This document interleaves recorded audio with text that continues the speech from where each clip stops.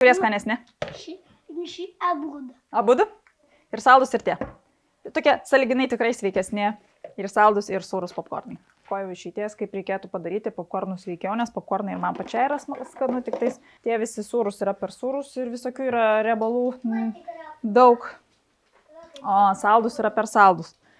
Tai va, tai paprasčiausias būdas panaudoti neblogus ingredientus, tai yra popkornai. Šitie ekologiški yra, man atrodo. Galima ne ekologiškus pirkti, labai didelio skirtumo kaina tikrai nėra. Oro šitas spragintuvas, laukiu, kol jisai užsilenks, nes norėčiau kokį fainesnį nusipirkti, bet jis vis neužsilenkia, nors kainavo 15 eurų per kažkokį išpardavimą kalėdinį, man atrodo, prieš kelis metus. Jis nenaudoja riebalų visai. Pasiemu plastikinį indą, galit stiklinį ir įjungiu. Šitos popkornus pasigamina ir patys vaikai, vėtra dar ne, jei 2 su trupučiu, Giuri jau 5, tai pats gali pasigaminti. Kitas dalykas yra tai, kad kritika turbūt popkornų yra tokia, kad gali vaikas įkvėpti jų dalelių ar kažkaip ten ir baigti jie plaučiuose, kas gali būti labai pavojinga. Bet žmogus tikrai gali užspringti nuo bet ko ir turbūt statistiškai žiūrint, mėsa tikrai būtų tas dalykas, nuo ko labiausiai žmonės miršta. Kaip matot, vyksta fejerverkai. Sprogsta viduj.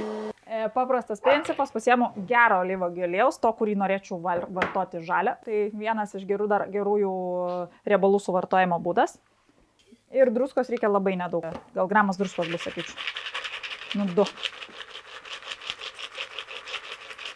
Tiesiog pamaišiau į plastikinį indą, nes patogiau ir vaikam po to valgyti neišojęs, po to jų galiu indus perkelti ir plus lengvai labai išsimaišo.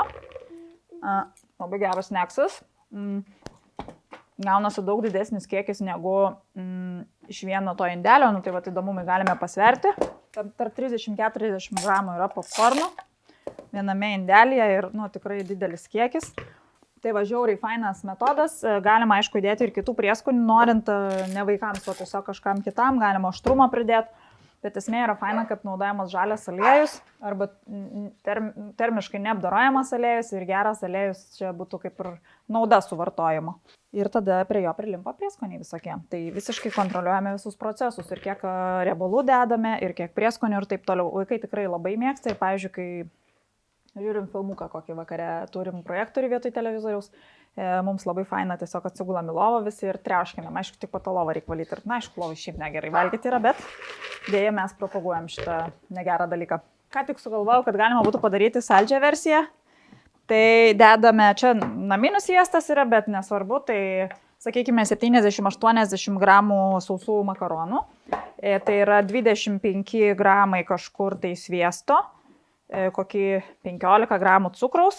Tai vis tiek bus 15% 100 gramų produktų, ar ne? Ir pašildom. Galima naudoti bet kokį saldiklį. Skystą, kietą, kažkokį jūsų įdomų cukrų, medų, klevų sirupą, gavų sirupą, ką jūs tik norite. Kas jums patinka iš esmės? Pašildom mes šitą masę. Cukraus ir sviesto. Sviesto netgi šiek tiek yra daugoka, sakyčiau. Tai ant 70-80 gramų sausų popkornų.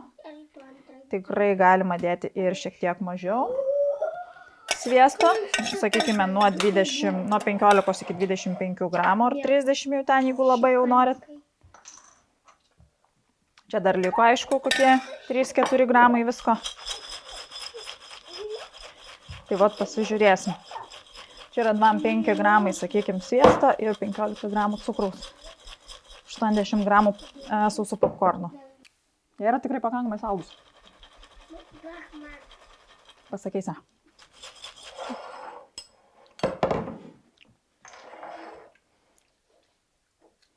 Skanu?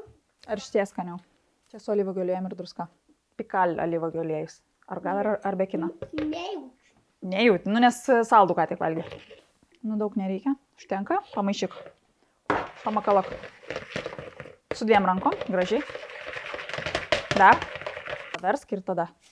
1, 2. Viskas. Dabar maišyk. Užtenka. Bus per sūrų. Skanu? Gerai. Kurie skanesni?